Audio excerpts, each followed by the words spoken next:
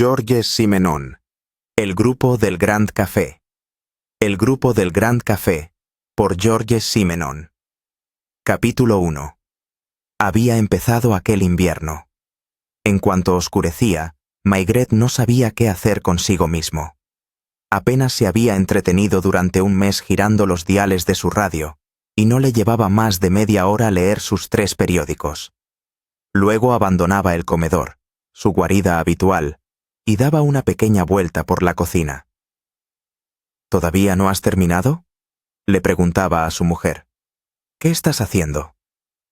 Regresaba, se iba, volvía de nuevo, incapaz de entender qué clase de trabajo podía mantener a una mujer en la cocina todo el día, hasta el punto de que la señora Maigret finalmente le había dicho un día: «¿No sabes qué hacer con tu enorme corpachón? ¿Por qué no bajas al Gran Café y juegas a las cartas con ellos?» Maigret se había resistido durante semanas, casi meses. Ciertamente, conocía a todo el mundo en Mont-sur-Loire, donde se había retirado.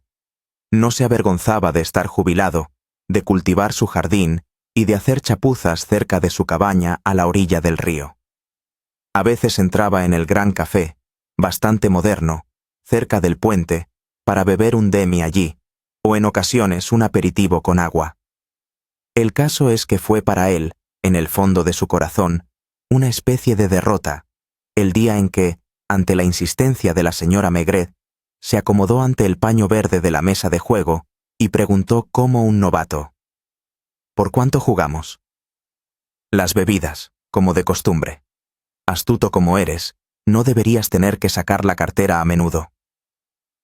Había decidido jugar solo una vez, pero al día siguiente enviaron a un muchacho para decirle que lo estaban esperando. Poco a poco adoptó el vocabulario especial de sus compañeros, se convirtió en parte de su hermandad y, en rigor, en uno más del grupo del Grand Café, a quienes Angèle nunca preguntaba qué tomaban, pues lo sabía de antemano. Uno de esos que, mientras apuntaban la puntuación, no dejaban de suspirar. «Bueno, Angèle, ¿no nos vas a invitar a una ronda? No seas tan tacaña». Y, después de todo, era difícil decir si ella disfrutaba o no de las constantes bromas. Aquel invierno, cuando había barro en los caminos, a Maigret no le importaba ponerse sus botas de charol para ir al puente, y en la época de la vendimia, y durante otro mes después, bebían medias botellas de vino blanco nuevo. Diciembre y enero, y a veces febrero, veían grog y vino caliente, y la primavera traía los aperitivos de anís, que eran reemplazados en verano por los frescos y ligeros vinos blancos del país. 36. Si dices 36, tienes 40. Yo canto miseria. 41. ¿Con qué? Los otros 3 se tuteaba, usaban sus nombres de pila o, más a menudo, su profesión. A ti, carnicero. El carnicero venía con su ropa de trabajo, sus delantales a veces salpicados de sangre. Perdía más a menudo que los demás, era frecuentemente reprendido por sus errores y pagaba sin quejarse nunca, aparentemente feliz de que se le permitiera entrar en este Sancta Sanctorum, esta banda privilegiada que constituía la flor y nata de Mont-sur-Loire. A veces su hijo venía a llamarlo cuando un cliente requería su presencia enfrente, en las puertas pintadas de rojo de su tienda, momento en el que siempre encontraba a un vecino que le sujetara las cartas, y del cual solía aprovecharse para sumar puntos a su marcador o hacer una broma. A ti, Citroën. Era el mecánico, que jugaba con seriedad y siempre ganaba, pero que era implacable cuando un compañero cometía un error en su jugada. El tercero, que podría ser llamado uno de los pilares principales, era Maigret, a quien todos llamaban comisario y con quien solo bromeaban tímidamente. En cuanto al cuarto, variaba. Cuando el alcalde, que era veterinario, no venía, era Urbain, el dueño del Grand Café, quien ocupaba su lugar, a menos que el herrero estuviera por allí. A las 5 menos 5, se podía estar seguro de que el carnicero estaba en el umbral de su tienda, esperando la señal. Maigret llegaba, resoplando con su pipa, las manos hundidas en los bolsillos. Frente al Gran Café, había otro, el Commerce, más estrecho y oscuro, lo que lo convertía en un establecimiento de segunda clase, indigno de mención. «Ve a buscar a tu padre, pequeño. Dile que lo estamos esperando». Y el hijo del herrero, del mecánico o del veterinario dejaba a sus camaradas por un momento para ir a gritar a su puerta. «Papá, es el grupo del Gran Café». «Diles que ya voy». Un poco de política, por supuesto, pero solo después de la partida, cuando terminaba temprano, o cuando el carnicero ganaba y lo llamaban fascista. En cuanto a las mujeres, no había mucho que decir. La esposa del dueño, la señora Urbain, era pálida y triste como un puerro, siempre ocupada con sus trastornos intestinales y sus montones de medicinas, y compartiendo la información con quienquiera que pudiera encontrar, a ninguno de los cuales le interesaba lo más mínimo, lo que dejaba a Angèle, la camarera, que tenía 20 años. «Todo un bombón», le había susurrado el mecánico a Maigret, pero Urbain no le quita el ojo de encima. «Ah, es demasiado malo. ¿Era verdad o no?» Maigret no había prestado especial atención y no compartía la opinión del mecánico sobre Angèle, encontrándose un poco impertinente y no especialmente franca. Pero, sin duda, los demás estaban más interesados en el contenido de su blusa, que estaba particularmente bien relleno. Durante la partida, la gente entraba, bebía un vaso, se sentaba un rato detrás de los jugadores, sacudía la cabeza, aprobando o desaprobando una jugada, pero todos ellos eran de poca monta. El verdadero grupo del Gran Café eran esos 4 o 5 de la mesa de cartas, aquellos para quienes después de las 4:30 se limpiaba la mesa, y para quienes cada 2 semanas se compraba una baraja nueva con bordes dorados, desde que Maigret notó una vez que las cartas se pegaban. Era posible imaginar que pudiera haber en este conjunto, del cual difícilmente podría existir uno más pacífico en las provincias francesas, un drama que pudiera concernir a Maigret profesionalmente, no de forma periférica, como en un modo accidental y más o menos remoto, sino literalmente a su lado. Y pueden imaginar su situación, la del excomisario de la policía judicial, cuando la noticia fue pregonada por todo el pueblo de que uno del grupo del Gran Café es un asesino. Fue en abril, cuando la partida empezaba con el sol en la calle y en el puente, y terminaba en la oscuridad. Seguramente fue a principios del mes, pues el carnicero había ido el día anterior a la Vendée y había regresado el mismo día. Una vez al mes iba a Luzón. Había explicado, y a Maigret no le interesaban particularmente estos asuntos del carnicero, que alquilaba unas marismas en la Vendée y allí apacentaba animales que había comprado flacos. Siempre iba en su furgoneta y siempre llevaba un atuendo de caza, polainas de cuero marrón y pantalones de pana con su bata de carnicero. Es solo después que los detalles más pequeños volvieron a la mente, pues en ese momento no había razón para pensar nada de ello, considerando que era una tarde como cualquier otra, con su puesta de sol sobre las arenas del Loira. Pero Maigret recordó más tarde que había pensado. Curioso que no se detuviera ni un momento en su casa, pues desde las ventanas del Grand Café se podía ver, casi directamente enfrente, la puerta y las paredes de mármol de la carnicería, donde el carnicero no se había detenido en absoluto. Era la época de los aperitivos de anís, que Angèle había traído para todos sin que se lo pidieran, excepto para el herrero, que bebía Vittelfres durante todo el año. El veterinario, un hombrecillo barbudo con bigote, siempre estaba inquieto, un quejica cuando perdía y verde cuando la conversación derivó hacia las mujeres. Era el único que le hacía propuestas indecentes a Angèle, en voz alta, y pareciendo confirmar la tesis del herrero. Maigret había notado que en esos momentos, Urbain, aunque demasiado hombre de negocios para decir nada, se ensombrecía notablemente. De todos modos, la partida se había formado, con algunas vacilaciones. «Juega», le dijo el alcalde veterinario a Urbain. «Ni hablar. Juega tú», respondió el dueño del Grand Café. Había una radio vieja a la que nadie prestaba atención, tanto formaba parte del ambiente. El hijo de 2 años de Urbain, gateaba cerca de la estufa donde la señora Urbain, más estreñida que nunca, bordaba un cojín para su sala de estar, donde nadie ponía un pie jamás. 36, 37, 56. Los rayos del sol poniente iluminaba los pelos rojizos en el rostro del alcalde veterinario, y Maigret pensó que el hombrecillo sería un fauno extremadamente presentable. Si fuera médico, no le enviaría a mi mujer, pensó para sus adentros.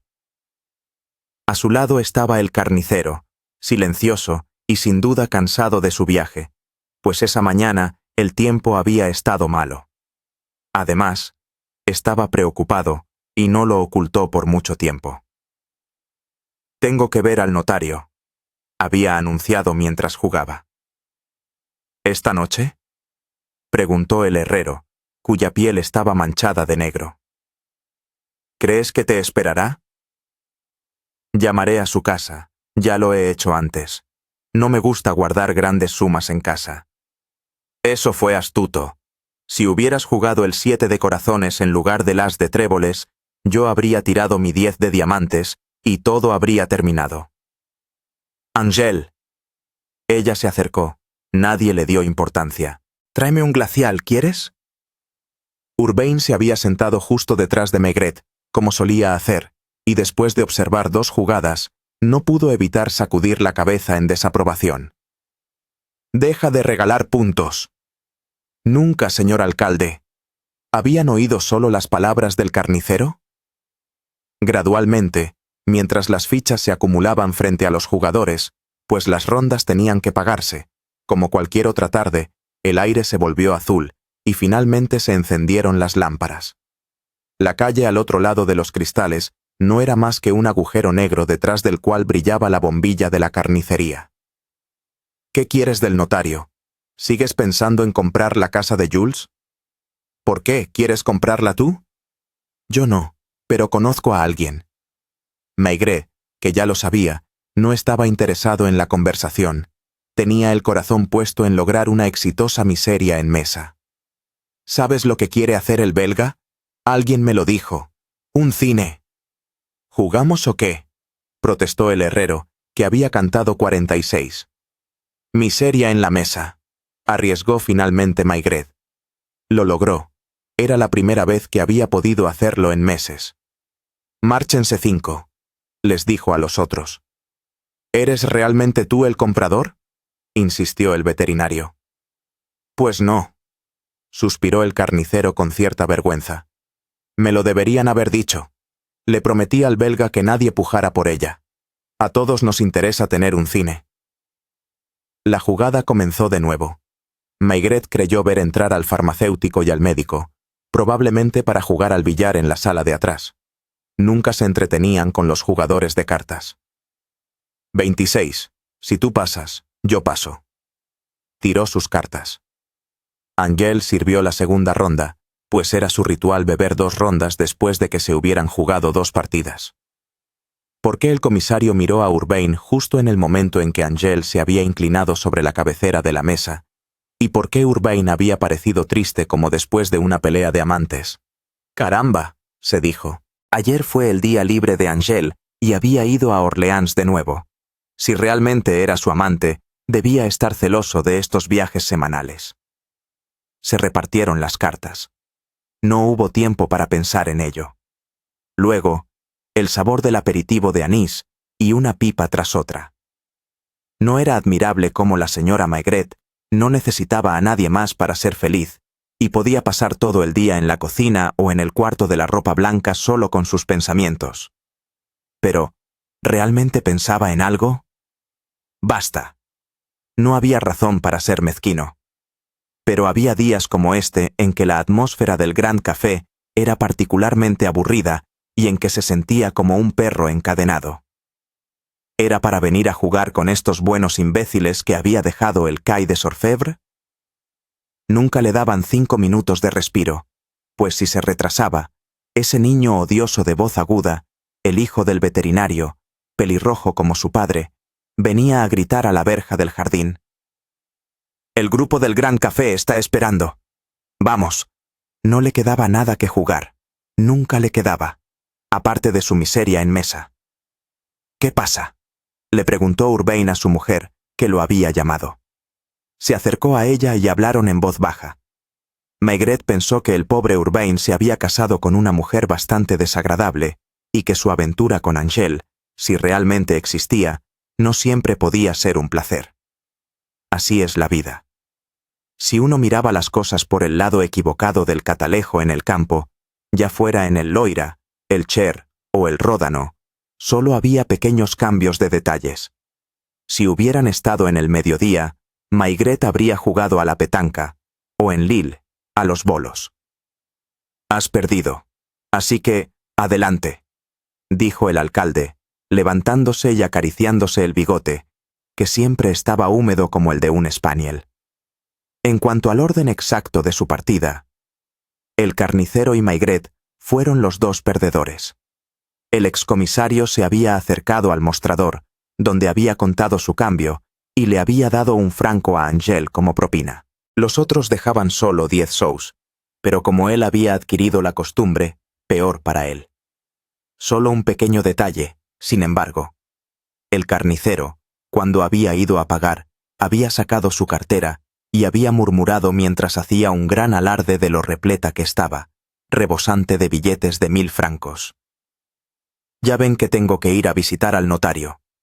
El médico y el farmacéutico, ambos jóvenes, uno rubio y el otro de pelo castaño, jugaban su partida de billar, y más tarde por la noche se reunían con sus esposas para jugar al bridge. «Buenas noches, comisario». «Buenas noches a todos». Y después de eso, Maigret caminó por la calle oscura, con las manos en los bolsillos. Todavía había luz en la tienda de comestibles, pero las lámparas de los escaparates se habían apagado. Bajaría por la calle hasta la tercera farola de gas y luego giraría a la derecha. Estaba a punto de llegar cuando el coche del carnicero pasó, se detuvo y esperó. Fue totalmente inaudito. El excomisario supuso que el otro tenía algo que decirle. «¿Cree que puedo pasar por casa del notario cuando su despacho está cerrado?» «Bueno, ciertamente creo que sí, viendo que lo conoce a usted». «Me voy entonces. Buenas noches». Maigret lo recordaría. La carrocería de la furgoneta estaba pintada de un verde moteado. Observó las luces traseras alejarse en la oscuridad. Él mismo giró a la derecha como de costumbre, y en poco tiempo estaba abriendo su puerta con un gesto familiar y olfateando, como hacía cada noche, los olores de la cocina. Había conejos de monte, algo raro en esa época. Un terrateniente de Clary había organizado una batida el día anterior para exterminar unos cientos de conejos que habían estado causando graves daños. ¿Ganaste? Perdí. ¿No crees que pierdes más a menudo de lo que deberías? ¿Estás seguro de que los otros no hacen trampas? Honesta, la señora Maigret, que desconfiaba incluso del grupo del Grand Café. Si consideras que me cuesta exactamente 4 francos con 50 por una tarde, bueno, si te diviertes por tu dinero. En realidad, no se divertía exactamente, pero no podría habérselo explicado. Se había convertido en una pasión, una necesidad, a fin de cuentas, una necesidad que tenía un horario regular, y de la que no estaba lejos de sentir vergüenza, como un cocainómano o un borracho empedernido. ¿Qué dicen? Nada. Cuando jugamos, apenas hablamos. ¿Sabes lo que me han dicho? ¿Cómo voy a saberlo? Que Angèle, la pequeña sirvienta del café, se quedó embarazada y que se deshizo de él. No noté nada. Claro que no. Apenas tenía 3 meses.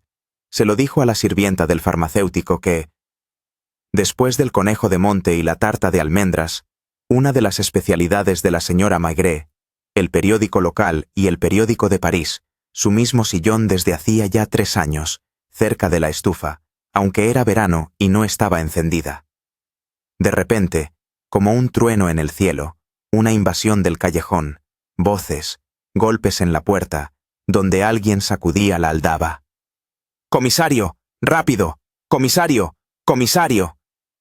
Era el herrero, el que solo bebía Vitelfres y que en ese momento parecía borracho. Lo acompañaban personas que Maigret conocía de vista y niños que se colaban entre las piernas de los adultos. «¡Han matado al carnicero!» «¿Qué?» «Tiene que venir. El alcalde está llamando a la gendarmería». Su furgoneta fue encontrada al borde de la carretera con un neumático reventado. En cuanto a él, tenía una bala en el pecho. ¿Pero dónde? ¿Dónde ocurrió? Justo a las afueras de Meung, seguramente, solo unos minutos después de que nos dejara. Fue el carbonero, que pasaba en su camión, quien se dio cuenta del coche, con los faros aún encendidos. Trajo al carnicero de vuelta a su casa. Obviamente. En otras palabras, ya se había movido todo. Pero antes de encontrarse molestando, tuvo un repentino ataque de rebeldía. «Esto no tiene nada que ver conmigo. ¿Dice que alguien ha notificado a la gendarmería? ¿Pero no lo entiende? ¿Qué no entiendo? ¿Recuerda lo que nos dijo esta noche? ¿Lo que tenía en el bolsillo? Dirán, alguien afirmará, «Caramba, tiene que ser uno del grupo del Grand Café. Es inevitable. Y no somos tantos». «¿Cuándo fue la última vez que lo vio usted mismo?», preguntó el herrero. «Casi en el cruce». Se detuvo un momento. «¿Le habló? ¿Me habló? No. No eso. Ya era bastante malo que se hubiera cometido un crimen en el círculo inmediato de Maigret, como para empezar por sospechar de él. Será mejor que venga. Todo el mundo está corriendo de un lado para otro. Su mujer afirma que fue una trampa». «¿Qué trampa?». No lo explicó. Maigret buscó su sombrero, y como no encontraba el viejo fieltro que había adoptado en el campo, se puso su bombín, lo que tenía un cierto simbolismo. «Volveré pronto», le prometió a su mujer, tal como lo había hecho en el pasado, cuando se marchaba para una investigación que a veces lo mantenía alejado hasta 8 días. Ella lo entendió y le recordó. «No olvides tu llave». «No la necesitaré. Volveré pronto». Era una idiotez salir así a la calle con el herrero a su izquierda, y 10 o 15 curiosos alrededor, sin contar los niños, entre los cuales los mejor informados explicaban. «Es un viejo policía. Él investigará. Ya verás». En la calle principal había sombras en las aceras, en los umbrales, una reunión frente a la carnicería, el Grand Café. «Mira». Ahora llegaban los gendarmes, 3 de ellos, en moto y sidecar, fuertes con sus uniformes. Se abrieron paso con seguridad entre los curiosos. Capítulo 2. La señora Maigret no entendía. Ya se había asombrado al verlo regresar apenas media hora después de que hubieran venido a buscarlo. «¿Qué haces? ¿Ha terminado?» «No, pero no me interesa. Estaba de mal humor, gruñón». Giró el dial de la radio sin interés. «¿Lo mataron para robarle?», preguntó la señora Maigret, ocupada con su costura. «Su dinero desapareció, sí. Llevaba mucho encima». «Eso parece». Ella pensó que Maigret estaba afectado por el dramático final de un compañero con el que, unos momentos antes, había estado jugando a las cartas. Y había algo de eso, por supuesto. Pero también había algo que el excomisario presentía. Hacía un rato, la gente del Grand Café, los curiosos, todos, a fin de cuentas, se habían asombrado al oírle declarar, no como alguien que quiere persuadir, sino como un hombre que toma una resolución. «No tendré nada que ver con este asunto». Todavía estaban hablando de ello allí. Sin duda, esperaban al comisario de la Brigada Móvil de Orleans. Maigret no sabía nada al respecto y no quería saber nada. Se acostó antes de las 10, bajó sobre las 8 de la mañana, en zapatillas, sin afeitar, y se sirvió un tazón de café. «¿No vas a por las noticias?» «No». Se contentó con coger el periódico local, en el buzón, con el correo. La partida terminó, entre notables de nuestra localidad, entre otros, nuestro distinguido alcalde, el comisario Maigret, uno de los ases del Departamento de Investigación Criminal. Y las buenas palabras para cada uno, el Grand Café, que es el lugar de encuentro de la élite de nuestra ciudad, la víctima, de quien todos apreciaban su honestidad y devoción, la gendarmería, bajo la dirección del muy distinguido teniente de Valpó, la llegada desde la central del comisario Gabrieli, cuyo olfato y perspicacia, el doctor Dubois, siempre en la brecha cuando es necesario. ¿Algo nuevo?, cuestionó la señora Maigret. Ni nuevo ni viejo. Todo, nada. Una columna para explicar que el carnicero había sido asesinado, junto a él y su furgoneta, a no más de 100 metros de la casa del notario. Había recibido una bala en el pecho, después de que su coche fuera detenido por el reventón de un neumático. Eso era todo. Su cartera vacía había sido encontrada en su bolsillo. El revólver de gran calibre había sido encontrado al borde de la carretera. Al ver a Maigret dirigirse hacia su cabaña de pesca, su mujer se asombró. ¿Vas a pescar? Pero ¿y si, durante ese tiempo, alguien... quería decir, si alguien te necesita? Y, en ese preciso momento, alguien levantó la aldaba de la puerta. Maigret gimió, tanto más cuanto que había reconocido a la mujer del carnicero, que ya llevaba un vestido negro, aunque todavía no de crespón. La señora Maigret la condujo al comedor y fue a buscar a su marido. «Quiere hablar contigo. Deberías ponerte las otras zapatillas. Esas están muy viejas y gastadas». La mujer del carnicero esperó a que la puerta se cerrara de nuevo. Tosió, se secó la nariz con el pañuelo, miró a Maigret con la desconfianza instintiva de una comerciante. «He venido a pedirle consejo», comenzó. «Sé que era usted amigo de mi marido. Supongo que le hizo ciertas confidencias». «No, señora. Le prometo que su marido nunca me confió nada». «¿De verdad?» Pero viéndolo todos los días, no pudo evitar darse cuenta. «No hay razón para continuar, señora. Le juro que no observaba a su marido. Jugábamos a las cartas, eso es cierto, pero ese era el límite de nuestra intimidad». ¿No quiere decírmelo? Es eso, ¿verdad? ¿Y si se da cuenta de que estoy bien informada? Y no desde hoy, ni desde ayer, puede creerme. Estaba absolutamente loco por esa chica. Lo vi cambiar ante mis propios ojos. Sí. Al final, no le quedaba ningún control, incluso con nuestro hijo enfermo de gripe, de modo que el domingo pasado lo golpeó por menos que nada, tal como se había vuelto. Lo siento, señora. Déjeme terminar. Podría haber montado escenas. Podría haberle impedido ir al café a ver a esa chica. Preferí enfurruñarse en mi rincón, con la esperanza de que se le pasara. El lunes, vi a Angèle marcharse a Orleans, y estaba segura de que la furgoneta de mi marido no andaba lejos, que volvería esa noche de mejor humor que otros días. Así que he venido a preguntarle. Repito, señora, que no sé nada, absolutamente nada, y que no quiero saber nada. La policía ha abierto una investigación. La fiscalía debería llegar esta mañana. Ya han venido. En ese caso, ya ve que... Podía despacharla bruscamente, y ella todavía se aferraba a Dios sabe qué esperanza.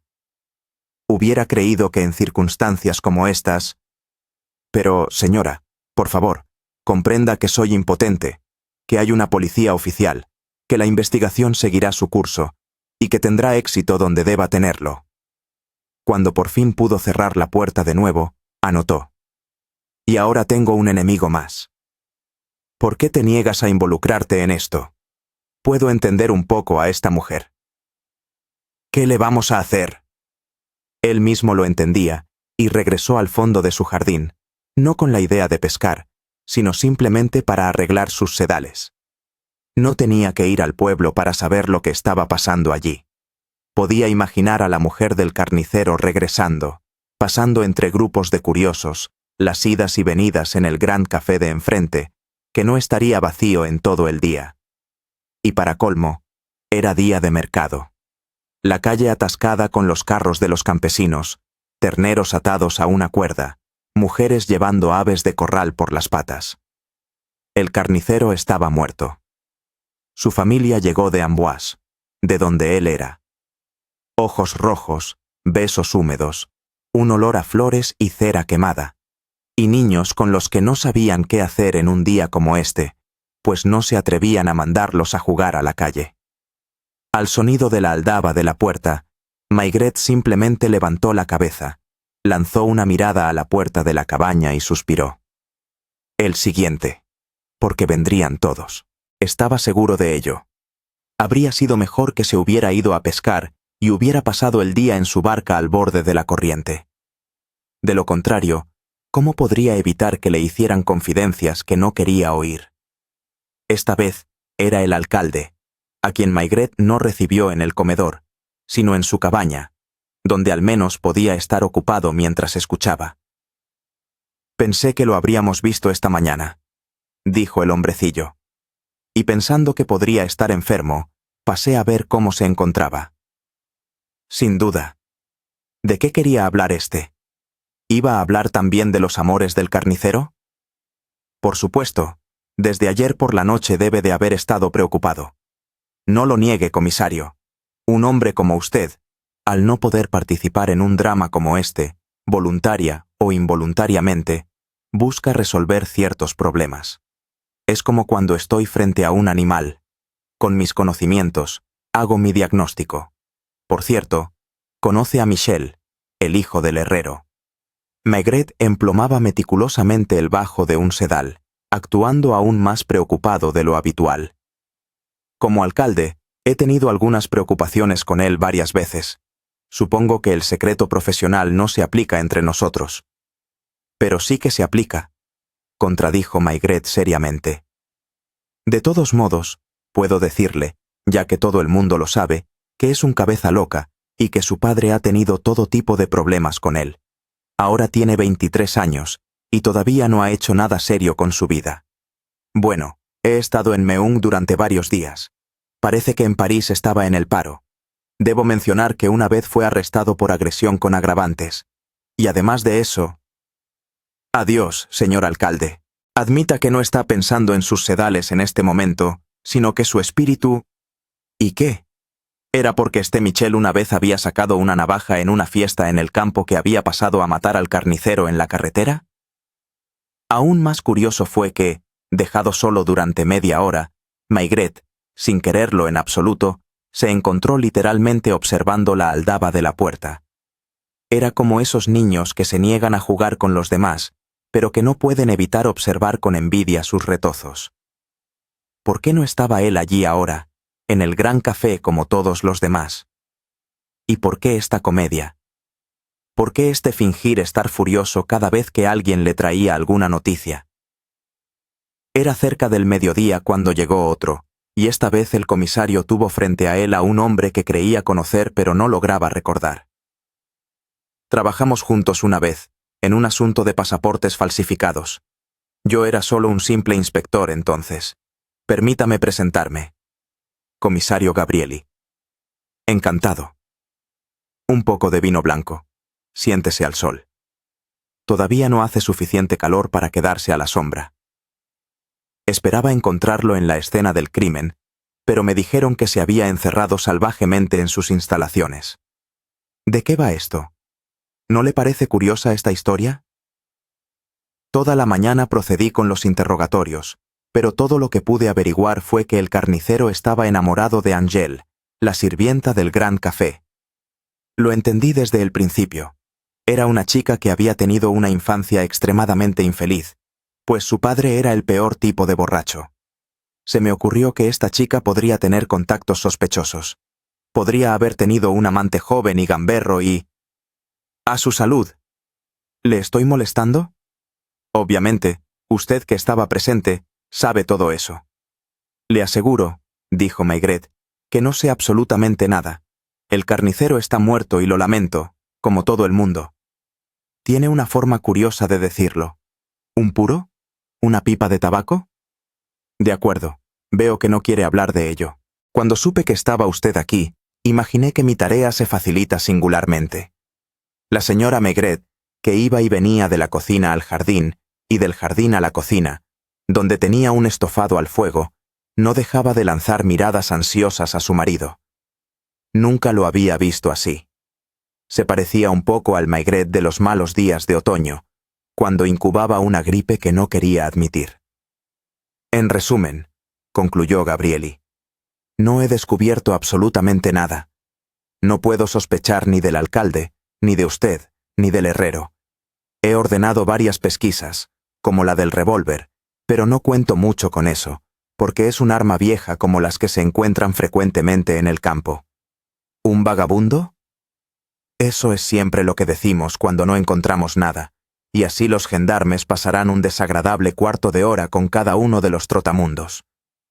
Todavía esperaba, aguardaba, que Maigret finalmente se decidiera a abrir la boca. Pero no tropezó, ni siquiera tuvo la curiosidad de hacer preguntas. La señora Maigret, sin embargo, acudió en su ayuda al venir a preguntar. ¿Almorzará con nosotros, comisario? Tengo estofado de cordero y espárragos frescos que un pariente envió desde la isla de Ré. Habría tenido que ser bastante atrevido para aceptar esta invitación hecha a pesar del evidente mal humor de Maigret, quien a su vez no se excedió en la cortesía. Extraño, pensó Gabrieli, marchándose con las manos vacías. ¿Saber algo? ¿Es su edad lo que lo hace así? ¿La vida en el campo? Y la señora Maigret, que rara vez regañaba a su marido, se permitió declarar. Apenas has sido educado con ese muchacho. No sé qué te pasa, pero me he avergonzado de ti. No hizo ningún esfuerzo por responder, y se sirvió un tercer vaso de vino blanco. ¿Era esto lo que esperaba desde la mañana? ¿Y era esta espera la causa de su mal humor? En cualquier caso, cuando oyó la voz de Angel preguntando a la señora Maigret si el comisario estaba en casa, se levantó, abrió la puerta y pronunció de inmediato. «Pase por aquí, entre, cierre la puerta». La había llevado al comedor y había dejado a su mujer en la cocina. Fumaba su pipa, caminaba de un lado a otro, le indicó una silla a su visitante. «No pude venir antes», empezó ella. «Esperaba un poco que usted viniera y que yo encontrara la manera de hablarle un momento». Estaba tranquila. Ahora parecía esperar las preguntas que Maigret no podía evitar plantearle, pero el comisario raspaba cuidadosamente una pequeña mancha de pintura que tenía en la manga. «La policía no me ha preguntado nada, pero me dije que usted, siendo de aquí, sin duda estaría plenamente informado, y por eso he venido para que me diga qué hacer». «¿En relación con qué?» «Pues con el carnicero. Usted sabía, ¿verdad?, que me estaba persiguiendo. Aunque eso me causaba escenas por parte del señor Urbain casi todos los días. Los lunes tenía la costumbre de esperar en Orleans. No era un hombre malicioso. A veces incluso lloraba delante de mí, que es lo que me hizo ceder. Dios sabe que Maigret no la animó a continuar con sus confidencias, y sin embargo nada detuvo a Angel, que sentía la necesidad de dar detalles. El señor Urbain sabía que había ido 2 veces al hotel con el carnicero. Me dijo que tenía que elegir. Estaba en una posición horrible, porque por su parte Hubert, el carnicero, quería dejar a su mujer, su oficio, su hijo para fugarse conmigo. ¿Qué habría hecho usted en mi lugar? ¿Realmente esperaba que él fuera a responder? ¿No era ya suficiente que estuviera obligado a escuchar todo esto? Ya se había decidido hace varios días. Me escribió varias cartas, jurando que ya había tenido suficiente, que no podía seguir viviendo así, que si no me iba con él, se mataría. Ahí está el problema, ¿no? Esta carta donde habla de suicidio es de anteayer. ¿Tengo que decirle eso a la policía? ¿Tengo que hablarles del señor Urbain con el riesgo de... ¿Pero tienen que saber que se suicidó? No lloraba. Se contentaba con unos pequeños sollozos mientras miraba al suelo con aire compungido. Pensé que me daría algún consejo. El señor Urbain sospecha algo. Me ha estado importunando desde esta mañana, preguntando qué voy a hacer. Es tan celoso que siempre tengo miedo de que haga algo. Maigret empezó a vaciar su pipa en un cenicero. «No tengo nada que decirle», murmuró tras un largo silencio. «¿No me cree? ¿Cree que me estoy inventando todo esto? He traído las cartas precisamente por esa razón». Las sacó de su bolso. Pobres cartas arrugadas escritas en un papel de ultramarinos de mala calidad. Maigret indicó que no quería verlas. Léalas. Ahora que está muerto, ya no importa. No vale la pena. No quiere creer que se suicidó. No importa. ¿Cree que lo mataron durante un robo? Dígame, ¿qué cree usted? No creo nada, mi pobre Angel. ¿Por qué dice pobre? Por nada. Perdóneme por no poder aconsejar. Haga lo que le parezca conveniente. Como dicen, siga la voz de su conciencia. Por mi parte, ya he olvidado lo que me ha dicho. Se levantó, pálida, nerviosa. No lo entiendo. Eso no tiene importancia. Se diría que sospecha de mí, mientras que... ¿Es verdad? ¿Sospecha de mí por haber matado al carnicero? Usted estaba en el café cuando él murió, ¿no es así? Y si no hubiera estado en el café, habría pensado... Suspiró. Los minutos, los segundos le parecían interminables. Se preguntó si lograría mantener hasta el final esa placidez que todos le echaban en cara. Por favor, váyase, Angel. Será lo mejor. No sé nada, y no quiero saber nada. Está bien. Se dirigió hacia la puerta y se fue, muy desconcertada, volviéndose una vez en el callejón, pensando que él la iba a llamar. En cuanto a la señora Maigret, preguntó con un aire ligeramente astuto. ¿Es ella? ¿Ella qué? Entendemos muy bien lo que quiero decir. En absoluto. Al menos reconoce que hay una razón por la que te estás comportando como lo haces hoy.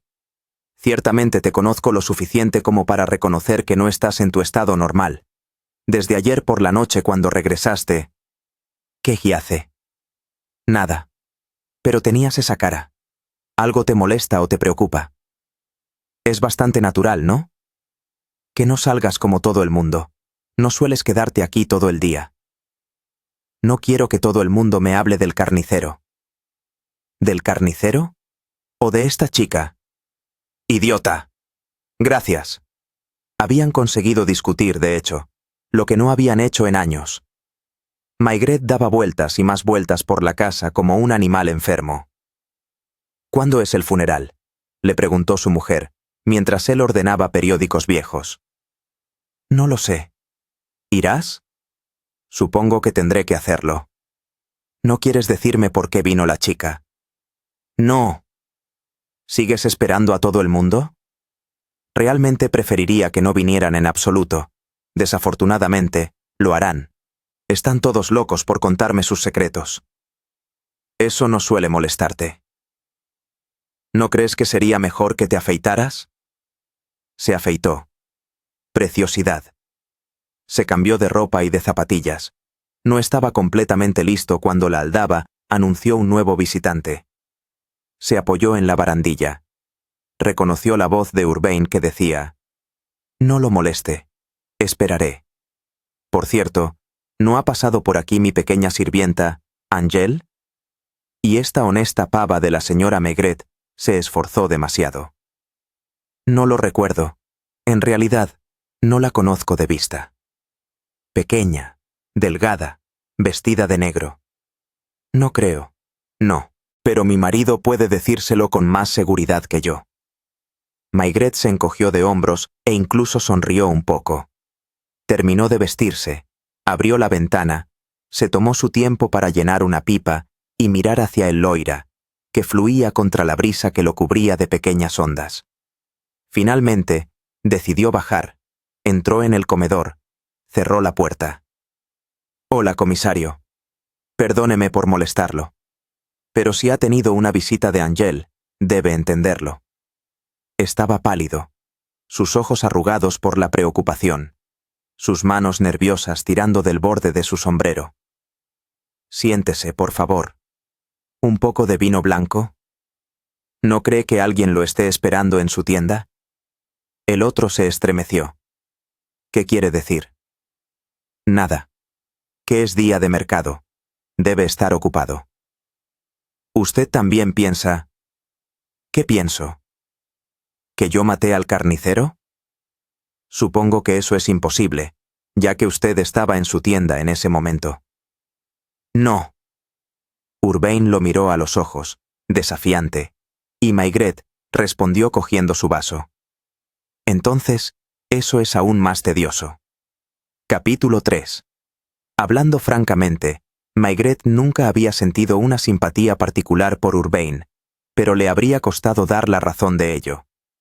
El dueño del Grand Café ejercía su oficio de dueño de café, sonreía o reía con los clientes, acudía corriendo en cuanto se le necesitaba para una partida. Pero, ¿era su falta de espontaneidad? A menudo, cuando se reía de una de las bromas del mecánico, por ejemplo, uno tenía de alguna manera la impresión de que preferiría replicar, y a veces te sorprendían sus breves miradas de las que toda traza de amabilidad estaba ausente. Ese es el problema, se había dicho el excomisario. No es solo el hecho de que un hombre de 35 años se arrastre todo el día en el serrín de un café de provincias. Y aquí estaba este mismo Urbain, en el comedor de Maigret, donde, habiendo expresado sus inclinaciones de revuelta, o quizás de desafío, daba rienda suelta a sus emociones, olvidando cualquier decencia humana, y tras una mueca, rompía de repente a llorar. «Es la primera vez que lloro delante de un hombre», tronó en un último intento de decencia. «Pero la situación es demasiado estúpida. Si esto continúa, creo que terminaré pegándome un tiro en la cabeza». Era uno de esos momentos en los que, ante una injusticia demasiado grande del destino, solo quieres patalear. ¿Por qué fue necesario que cuando terminamos la partida ayer por la noche me diera un ataque de celos? Oh, sabía que Angel había prometido no verlo más. A partir de la semana que viene, ni siquiera iba a ir a Orleans una vez a la semana. Se lo había suplicado tantas veces. El caso es que ayer, haber estado más de una hora cerca del carnicero, pensar que él había... ¿Ha estado usted celoso alguna vez? Maigret se contentó con asentir con la cabeza con la insulsa indiferencia de un confesor. No podía más. Salí por la puerta de atrás, como hago a veces, y durante un cuarto de hora permanecí apoyado en el parapeto del puente en la oscuridad. ¿Está seguro de que nadie lo vio? Incluso si alguien me hubiera visto, estaba lo suficientemente oscuro como para que no me hubieran reconocido. Hace unos minutos, cuando el comisario de Orleans me hizo algunas preguntas, me di cuenta de que sospechaba de todos los habituales del café, pero de mí más que de los demás. Dígame, ¿tendré que explicarlo todo? ¿Y debe mi mujer enterarse de ello, para que mi vida familiar, que ya es bastante mala, se convierta en un infierno total? Eso es lo que he venido a preguntarle. No puedo vivir sin Angel, ¿entiende? No puedo decir cómo empezó. Quizás al principio solo fue curiosidad. Luego se convirtió en una obsesión, tanto que ahora sufro cuando los clientes la miran o pasan muy cerca de ella. Mi mujer hoy no significa nada para mí. La dejaría antes de perder a Angel. Pero le juro, comisario, que no maté al carnicero. ¿Qué debo hacer? ¿Cómo puedo probarlo? ¿Qué diré cuando me interroguen y no pueda proporcionar una coartada? ¿Quién me creerá cuando afirme que pasé esos minutos de rabia simplemente apoyado en el parapeto del puente? No lo maté. Esa es la verdad. Y lo que lo empeora todo es que habría sido capaz de hacerlo, pero no así, por la espalda, en la carretera. Respóndame. ¿Me cree? Respóndame. Maigret sintió el brillo de su mirada febril, su angustia, y... volvió la cabeza. Dígame. ¿Me cree? No puedo responderle. Entonces no me cree. Usted, que me conoce. ¿Cómo será con los que no me conocen? Cálmese, por favor. Eso es fácil de decir, rió Urbain. No hay nada que indique que deba preocuparse. El comisario Gabrieli vino a verme hace unos momentos, y me habló un poco de usted. Sus sospechas contra uno u otro de ustedes son tan vagas que creo que, en última instancia, el asunto bien podría no resolverse nunca. Había hablado en voz baja, siempre sin mirar a su interlocutor, y le pareció a Maigret que Urbain, con las cejas fruncidas, intentaba en vano comprender lo que su actitud ocultaba. ¿Cree que no se descubrirá al asesino? No sé nada. Le agradezco. Lo tomé por un amigo, por un camarada, si lo prefiere. Me equivoqué, hace unos momentos, al desnudarle mi corazón. Lo siento. Debe pensar que no tengo vergüenza. Le aseguro que no, insistió Maigret. ¿Nadie entendería que no pudiera decir nada? Vuelva a su tienda. Intente calmarse. Evite ponerse en un estado similar. Si lo interrogan, responda como le parezca conveniente. Por mi parte, he olvidado todo lo que me ha dicho, pero sabía que un hombre nunca perdona a otro después de haberse humillado frente a él, especialmente en vano. Urbain, que había recuperado gradualmente su sangre fría, se esforzó por sonreír, o más bien por reír. Seguro que empezará a creer que el amor puede volver loco a alguien, ¿no? Hizo un alarde de bromear. He visto cosas peores, replicó Maigret. ¿De verdad no va a tomar algo? Gracias. Pero como dijo usted hace un rato, mi tienda debe estar llena de gente. Es mi trabajo servir las bebidas, ¿no es así? Y hacer de cuarto cuando falta uno. Buenas noches, señor comisario. Apenas había desaparecido cuando la señora Maigret, que olvidó por completo su discreción habitual, intervino. Parecía que había estado llorando. Y, como su marido no respondía, ella se molestó a su vez. «Has jurado no abrir la boca, ¿es eso? ¿Y te quedarás aquí todo el día dejando que te corroa por dentro? Sabes, empiezo a preguntarme qué escondes». Maigret sonrió, irónicamente. «De hecho, tienes razón. Podría ser yo quien mató al pobre carnicero». «No te hagas el listo. No estoy hablando del crimen, sino de la visita de esa chica». «No, ahórrate eso. No los celos». «¿Por qué no?» «Porque esta no es la ocasión para ello. ¿No ves que ya es bastante triste?» «¿Qué es triste?» «Todo este pequeño drama. Porque es un drama tan pequeño, tan mezquino, tan risible incluso cuando se mira de cerca. ¿Podrías imaginar alguna vez que un ángel pudiera volver locos a dos hombres sensatos? Es una especie de pobre chica que se cuida mal.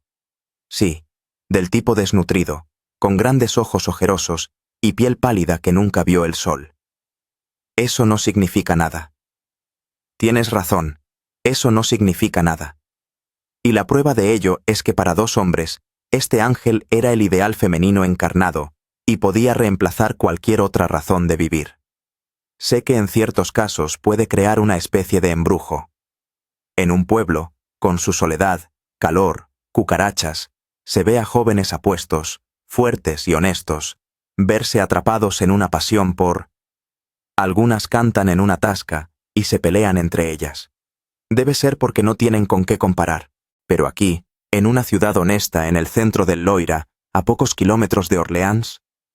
Su mujer lo miraba, sorprendida de oírlo hablar tanto, lo que rara vez hacía. No se atrevió a interrumpir por miedo a detenerlo. Y sin embargo, empezó de nuevo.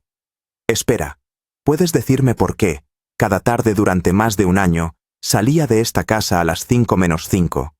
¿Por qué un poco más tarde abría la puerta de este café? ¿Y por qué, durante las siguientes casi 2 horas, miraba fijamente, con seriedad, como si mi vida dependiera de ellos, pequeños trozos de papel de colores? No es por ella. Idiota. Sabía que no lo entenderías. Lo llamé embrujo. Bueno, también es una especie de manía, si lo prefieres, una necesidad que se crea cuando uno no tiene nada más que hacer. Era la primera vez que se había arriesgado a hacer una alusión a su jubilación, pero no era la primera vez que la señora Maigret había pensado en ello. Vas allí una vez, 2 veces, luego un buen día, te sientes perdido si, por alguna razón u otra, la partida no tiene lugar. Uno se acostumbra a ciertas caras, a ciertas bromas. Uno tiene su silla, su baraja de cartas. No hablaba para ella, sino para sí mismo. Desde la mañana, desde el día anterior, había fermentado en él, y era un alivio dar rienda suelta a su náusea. Ahí es donde llegas. Pero la pregunta sigue siendo, ¿por qué otros hombres, en las mismas circunstancias, ¿No caen bajo el hechizo de la jovencita adorable y terminaron considerándola el centro de sus vidas? Recuerdo las reacciones de la gente en la época de esos crímenes pasionales, cuando todavía estaba en el Departamento de Investigación Criminal. Les mostraba una fotografía de una mujer y casi siempre protestaban. Pero ni siquiera es guapa. ¿Cómo han podido matar por ella? Pero las heroínas de los dramas pasionales nunca son guapas. Es un veneno más sutil. Cuando Urbain veía a uno de nosotros mirar a esta chica sin pensar en ella, sufría tanto como si lo hubieran golpeado con un cáncer. La idea de que el carnicero... ¿Empiezas a entender? ¿Lo mató él? La señora Maigret tuvo la desgracia de pronunciar su inocencia. ¿Tú también? ¿Siempre vuelves a eso? ¿Es eso lo único que te interesa, a ti y a todos los demás? ¿Sangre? ¿Misterio? ¿Alguien mató? ¿Mató? ¿Mató? Pero, por Dios, ¿no ves que hay algo más en la vida? Estoy tratando de explicar un drama diferente y doloroso, ¿y tú me preguntas quién mató? ¿No puedes intentar imaginar este final de la calle?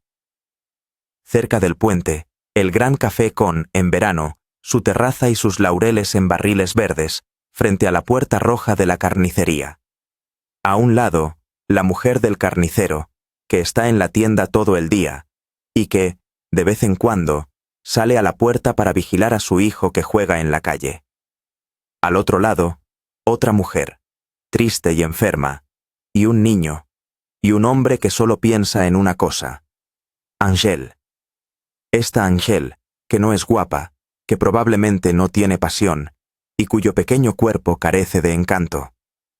El caso es que el carnicero y su vecino dan vueltas y más vueltas como caballos de un tío vivo, en torno a una sola idea, ambos consumidos por los celos, vigilándome, amenazándome, con una mirada que no ve nada más en el mundo. ¿Lo entiendes ahora? Y la señora Maigret respondió: Entiendo que los hombres son estúpidos, si eso es lo que querías explicarme. Solo que ahora, ¿qué pasará? ¿Será arrestado? Entonces Maigret, de repente enfadado, se levantó y subió a su habitación, dando un violento portazo y sin razón alguna, echando la llave.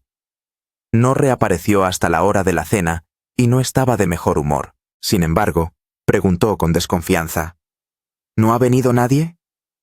No. Ah, ¿esperabas a alguien? ¿Yo? No, qué idea. Había pasado horas disuadiendo a la gente de que lo visitara, pero no parecía menos molesto al notar que lo había conseguido. ¿Vas a salir después de cenar? ¿Por qué iba a salir? No sé, pensé. No salió. A la mañana siguiente se fue a pescar temprano, llevando un bocadillo, y regresó solo a las 4 de la tarde, con un lucio bastante hermoso y una sartén de percas. El entierro será mañana por la mañana, le anunció su mujer. ¿Iré allí contigo? ¿Por qué no? En el periódico parece que creen que fue el crimen de un merodeador. No hay ni una palabra sobre esta Angel. ¿Y? Nada, pensé. No se debe pensar. No salió más que el día anterior.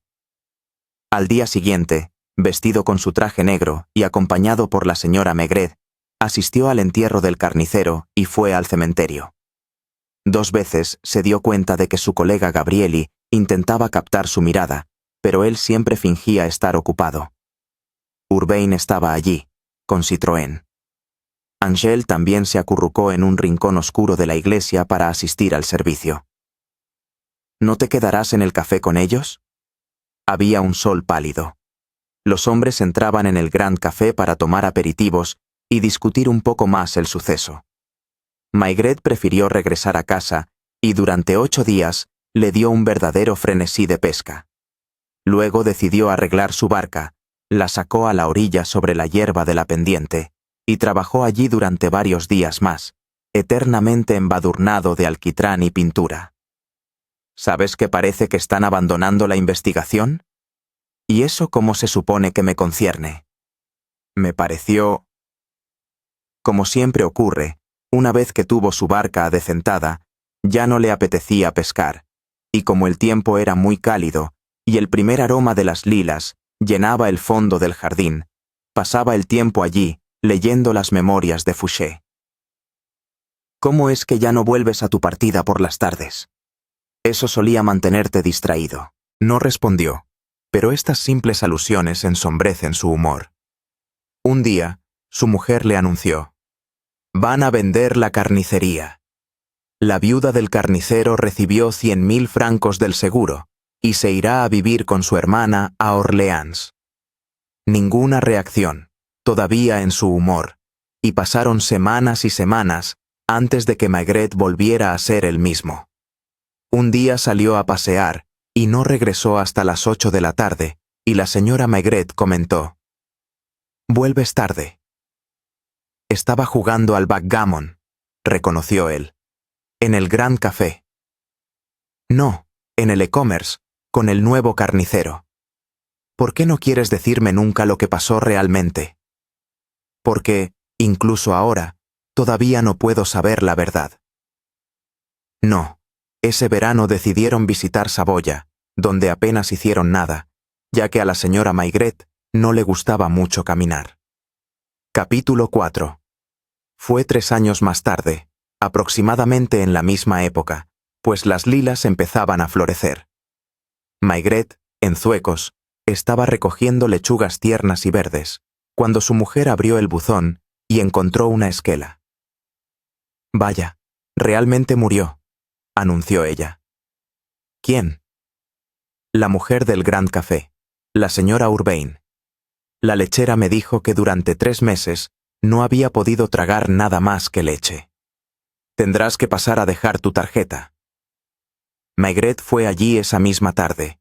Se quedó unos momentos en la capilla ardiente, donde Angèle sollozaba en un rincón.